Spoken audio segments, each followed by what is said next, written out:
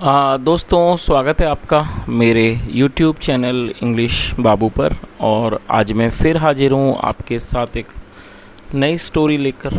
और दोस्तों, आज जो स्टोरी मैं आपके लिए लेकर आया हूँ ये एक मॉरल स्टोरी है। बहुत ही अच्छी मज़ेदार कहानी है। कहानी सुनने में आपको मज़ा आएगा। उसके अलावा दोस्तों, आज की इस स्टोरी में आपको कुछ नए इंग्लिश के वर्ड मीनिंग सीखने को मिलेंगे, उनकी करेक्ट प्रोनाउंसिएशन के बारे में पता चलेगा। और हमेशा की तरह जो इसका ग्रामर का पार्ट है उसे डिटेल में कवर करेंगे, तो एक एक स्ट्रक्चर को आप बड़ी आसानी से सीख पाएंगे। तो चलिए दोस्तों, आज की इस कहानी को हम शुरू करते हैं। और सबसे पहले कहानी का टाइटल देखते हैं। कहानी का टाइटल है ब्रेवरी। दोस्तों, ब्रेवरी एक नाउन है जिसका मतलब होता है बहादुरी। तो दोस्तों, ये आज की इस कहानी का टाइटल है, शीर्षक है। और अब मैं इसे पढ़ना शुरू करता हूँ। आपसे रिक्वेस्ट है कहानी को बिल्कुल ध्यान से सुने। और यदि आज की स्टोरी में आपको कोई नया वर्ड या फिर नया स्ट्रक्चर मिले तो आप उसे नोट करें। और यदि कहानी पसंद आए तो लाइक ज़रूर करें। तो चलिए इसको शुरू करते हैं।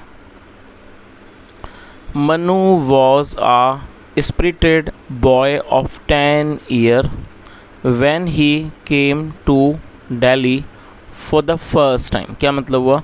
Manu was a spirited boy. दोस्तों, ये जो वाक्य है ये सिंपल पास्ट का वाक्य है। सिंपल पास्ट का मतलब होता है जब हम पास्ट में कोई ऐसा वाक्य बनाते हैं जहाँ पर वॉज या वर्ब का प्रयोग हेल्पिंग वर्ब के रूप में किया जाता है, साथ में नाउन या एडजेक्टिव को लेकर वाक्य बनाया जाता है। उसके अलावा दोस्तों, इस बात का भी ध्यान रखें, जब हम सिंपल प्रेजेंट या सिंपल पास्ट में कोई भी वाक्य बनाएंगे तो वहाँ पर वर्ब का प्रयोग नहीं किया जाता है। तो इस तरह के जो वाक्य हैं उनको नो एक्शन सेंटेंस भी कहा जाता है।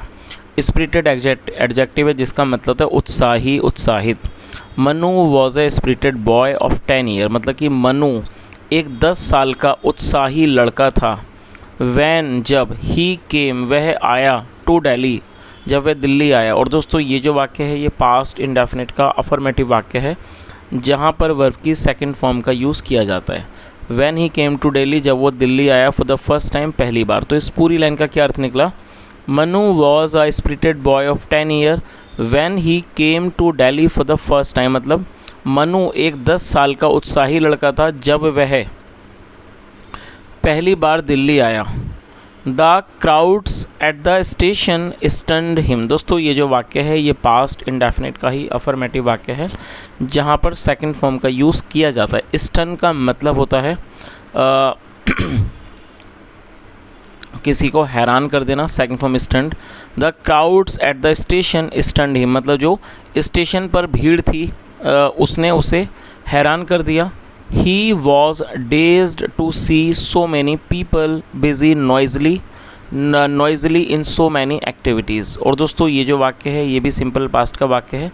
डेज्ड का मतलब होता है हैरान होना, जो कि एक एडजेक्टिव है। He was dazed मतलब वह हैरान रह गया, हैरान हो गया। To see देखकर, so many people busy noisily मतलब जब कई सारे लोग व्यस्त हैं नॉइज़ शोर करने में, इन सो मैनी एक्टिविटीज़ अलग अलग तरह की गतिविधियों में। तो इस पूरी लाइन का क्या अर्थ हुआ? He was dazed to see so many people busy noisily in so many activities, मतलब वह हैरान हो गया इतने सारे लोग को शोर करता हुआ देखकर और इतनी सारी गतिविधियां करता हुआ देखकर। He was happy वह खुश था।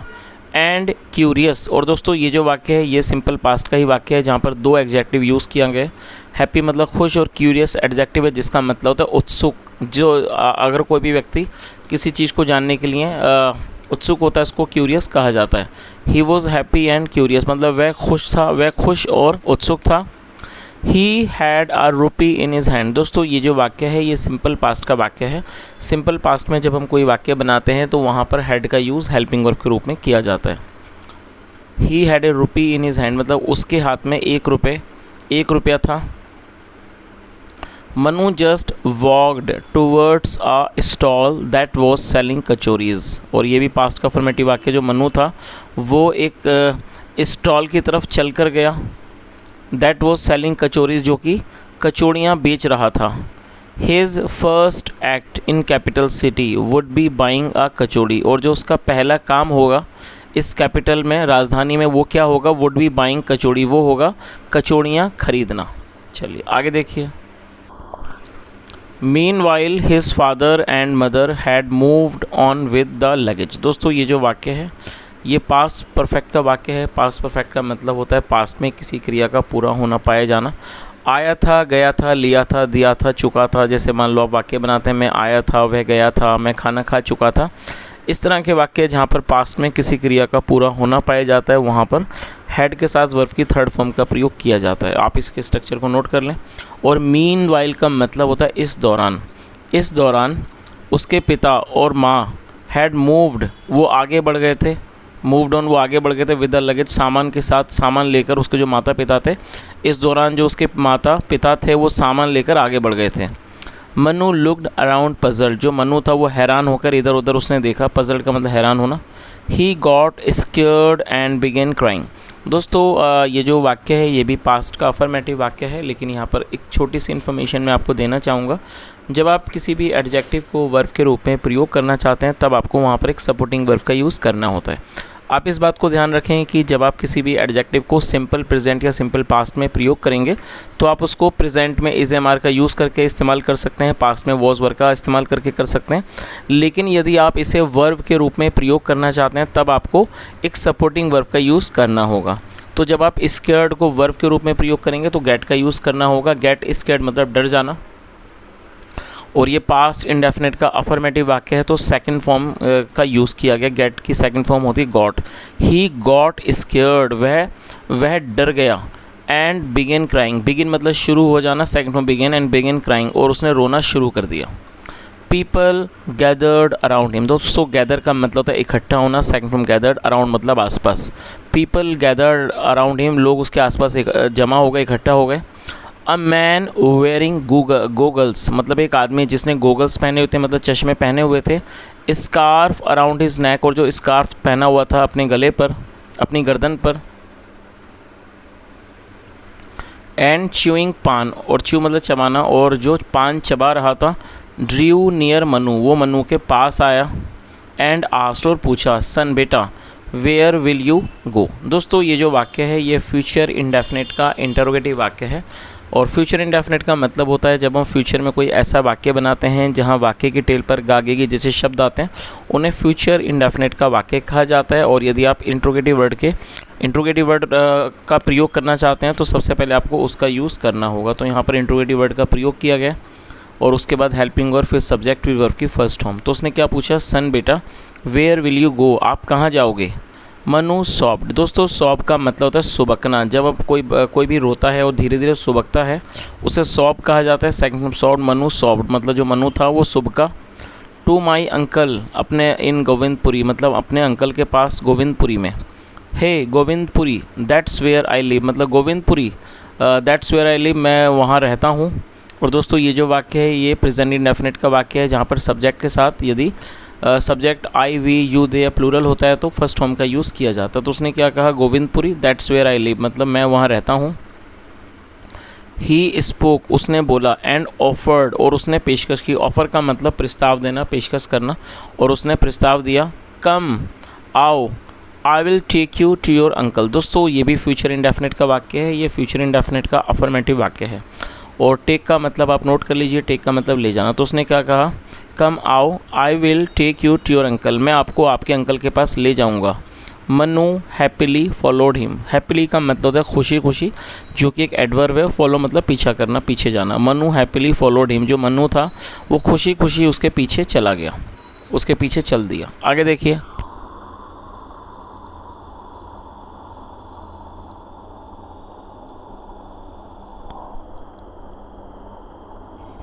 The man hired a taxi. दोस्तों हायर का मतलब होता है किसी चीज़ को किराए पर लेना, सेकंड फॉर्म हायर्ड होती है। The man hired a taxi मतलब आदमी ने एक टैक्सी को किराए पर लिया। Proudly sitting in the taxi, proudly adverb है जिसका मतलब है गर्व से, अभिमान से, मतलब गर्व से टैक्सी में बैठते हुए। Manu leaned out of the window, जो मनु था leaned out of the window, वो खिड़की से उस मतलब कि वो बाहर झांका, लीन्ड आउट करा, उसने बाहर देखा। The hustle and Bansal of Delhi was amazing, hustle bustle का मतलब चहल पहल, और जो दिल्ली की जो चहल पहल थी वो बहुत ज़्यादा अमेजिंग थी, मतलब बहुत ज़्यादा अद्भुत थी। अमेजिंग मतलब अद्भुत। देन फिर ही फेल्ट, उसे लगा, that the man was pulling Manu closer to him. दोस्तों ये जो वाक्य है ये पास्ट कॉन्टीन्यूस का वाक्य है। पास्ट कॉन्टीन्यूस मतलब जब हम पास्ट में कोई वाक्य बनाते हैं जहाँ पर कोई क्रिया चल रही थी, हो रही थी, ऐसे वाक्यों में वॉज या वर्ब का प्रयोग किया जाता है हेल्पिंग वर्ब के रूप में, साथ में फोर्थ फॉर्म लगाई जाती है। तो क्या अर्थ हुआ, देन ही फेल्ट, फिर उसे लगा, महसूस हुआ, फील मतलब लगना, महसूस होना, सेकंड में फेल्ट, फिर उसे महसूस हुआ कि the man was pulling Manu closer to him, कि जो मैन है वो आदमी है वो मनु को अपनी ओर खींच रहा है।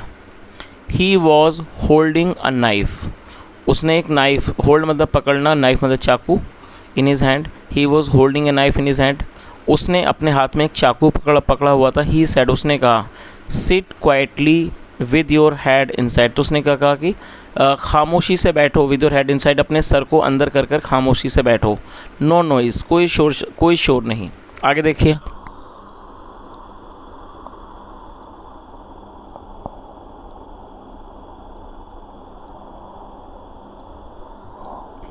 Manu was cursing himself. दोस्तों कर्स का मतलब होता है अभी किसी को कोसना, बद्दुआ देना, और ये जो वाक्य है ये भी हमारा पास्ट कॉन्टीन्यूस का वाक्य है जहाँ पर वॉज हेल्पिंग वर्ब और साथ में फोर्थ फॉर्म लगाई गई है। Manu was cursing himself, Manu अपने आप को कोस रहा था। नाउ अब वॉट, क्या, सडनली अचानक, ही रिमेंबर्ड, रिमेंबर मतलब याद आना, सेकंड फॉर्म रिमेंबर्ड, अचानक उसको याद आया, हिज फादर टेलिंग हिम, कि जो उसके पिता है वो उसको कहते थे, नॉट टू लूज़ करेज मतलब कि साहस को ना खोएं, व्हेन इन ट्रबल जब परेशानी में हो। तो इस पूरी लाइन का क्या अर्थ हुआ कि अचानक उसे याद आया, हिज फादर टेलिंग हिम, कि उसके जो पिता है वो उससे कहते थे not to lose courage when in trouble मतलब कि जब संकट में हो, परेशानी में हो तो साहस को ना गंवाएं, मतलब कि हिम्मत ना हारें, लूज़ मतलब खोना, गंवाना, and to use brains and bravery, और दिमाग का और ब्रेवरी का, बहादुरी का इस्तेमाल किया करें। चलिए आगे देखिए, the taxi stopped at a crossing to wait for the green light, जो टैक्सी थी वो रुक गई एक क्रॉसिंग पर, to wait for the green light मतलब हरी बत्ती का इंतज़ार करने के लिए वो जो टैक्सी थी वो एक क्रॉसिंग पर रुक गई। This was the chance for Manu, और ये मौका था मनु के लिए, टू शो सम ब्रेवरी, थोड़ी बहादुरी दिखाने का मौका था, ब्रेवरी मतलब बहादुरी। तो इस पूरी लाइन का क्या अर्थ हुआ, this was a chance for Manu to show some bravery, मतलब ये मनु के लिए मौका था थोड़ी बहादुरी दिखाने का। ही ओपनड द डोर, दोस्तों ओपन मतलब खोलना, सेकंड फॉर्म ओपनड, और ये भी पास्ट का अफर्मेटिव वाक्य है। ही ओपनड द डोर, उसने दरवाज़ा खोला, ऑफ द टैक्सी, उसने दरवाज़ा खोला टैक्सी का, इन ए क्विक मूव मतलब बिल्कुल ही जल्दी से उसने टैक्सी का दरवाज़ा खोला। जम्प्ड आउट, वो बाहर कूदा, एंड रैन, और वो दौड़ पड़ा। The man rain after him, दोस्तों रन आफ्टर का मतलब होता है किसी का पीछा करना, किसी के पीछे भागना, second form rain after.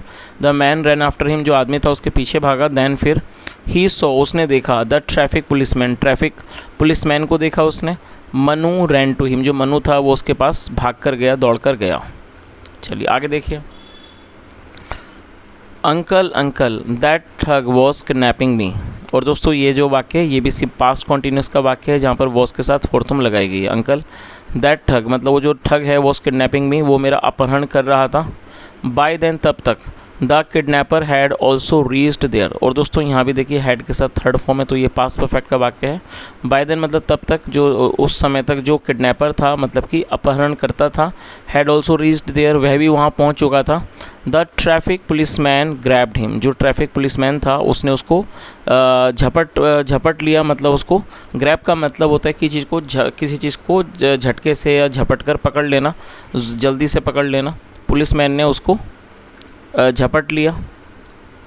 The people gathered there, जो लोग थे वो वहाँ पर इकट्ठा हो गए, गैदर मतलब इकट्ठा होना, जमा होना, लोग वहाँ इकट्ठे हो गए। When the public learned what was happening from Manu, the ठग got soundly thrashed, और दोस्तों लर्न का मतलब पता चलना, second form learn. When the public learned, जब पब्लिक को मतलब कि जब जनता को, लोगों को पता चला, what was happening from Manu मतलब जब उन्हें मन्नू से पता चला कि क्या हो रहा था। द ठग गॉट साउंडली थ्रैश, जो ठग था उसकी बहुत अच्छी तरह से साउंडली बहुत बढ़िया तरीके से उसकी मार लगाई गई, थ्रैस्ट किया गया, उसको पीटा गया।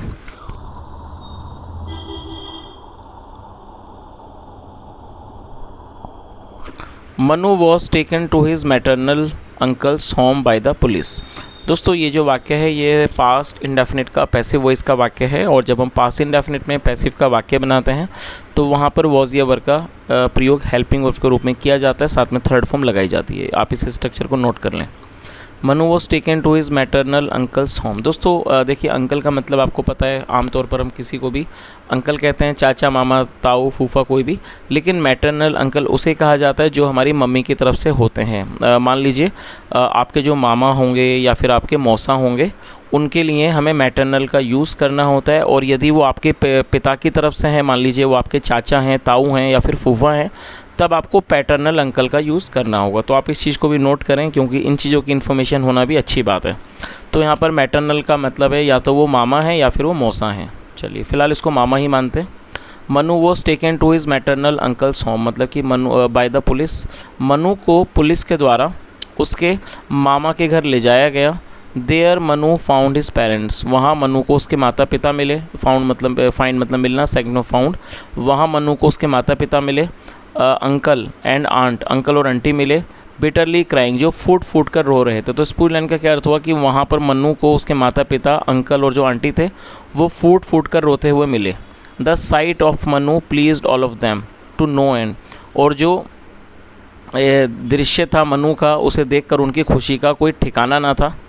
Mannu raised into the arms of the mother, जो मन्नू था वो दौड़कर अपनी माँ की बाहों में चला गया। The policeman recounted the story, recount मतलब किसी बात को दोबारा से बताना। जो पुलिसमैन थे उन्होंने इस कहानी को दोबारा से बताया। Of the bravery of Mannu, मतलब कि मन्नू की जो बहादुरी की जो कहानी थी उन्होंने दोबारा से उसे सुनाया। टू ऑल ऑफ देम, सबको उन्होंने मन्नू की कहानी के बारे में दोबारा से बताया। The members of the family looked at Mannu with pride and admiration, यहाँ पर जो परिवार के सदस्य थे लुक्ड एट मन्नू, उन्होंने मन्नू को देखा। With pride and admiration, admiration मतलब प्रशंसा, मतलब परिवार के सदस्यों ने मन्नू को प्रशंसा और अभिमान से, गर्व से देखा। और दोस्तों इस कहानी को सुषमा रानी जी द्वारा लिखा गया है। तो दोस्तों ये आज की एक छोटी सी कहानी थी। कहानी मुझे बहुत पसंद आई क्योंकि यहाँ पर बहादुरी के बारे में बात की गई है। कई बार ऐसा होता है कि छोटे छोटे बच्चों को कई बार लोग पकड़ते हैं और इस तरह से उनको ले जाते हैं पकड़ के, लेकिन यहाँ जैसा हमने कहानी में देखा कि जो बच्चा था वो काफ़ी बहादुर था और उसने बहादुरी से अपने किडनैपर को भी पकड़वाया और उसके अलावा उसने अपनी जान भी बचाई। तो दोस्तों ये आज की एक छोटी सी कहानी थी। यदि आपको कहानी अच्छी लगी हो, मेरा पढ़ाने का प्रयास आपको पसंद आया हो, तो आपसे रिक्वेस्ट है आप इस वीडियो को ज़्यादा लाइक करें, ज़्यादा से ज़्यादा शेयर करें, चैनल को ज़रूर सब्सक्राइब करें, और यदि आपका कोई भी सुझाव हो तो कमेंट में ज़रूर बताएं। So guys, thank you so much for listening, and apart from this guys sometime you guys ask me, sir how can we improve the English? So guys, I have some tips which I have already told you that you should start reading English book. It will improve your pronunciation plus your fluency, and apart from this, try to speak to yourself, maybe just talk to yourself sometime, or make friends with whom you can talk to in English. And if you do not have any friend, you can just talk to yourself. Just look at the mirror and talk to yourself, and try to practice English speaking, because if you practice English speaking slowly you will improve. Practice makes a man perfect, you know that. So just keep practicing. Thank you so much for listening. Have a nice day and bye.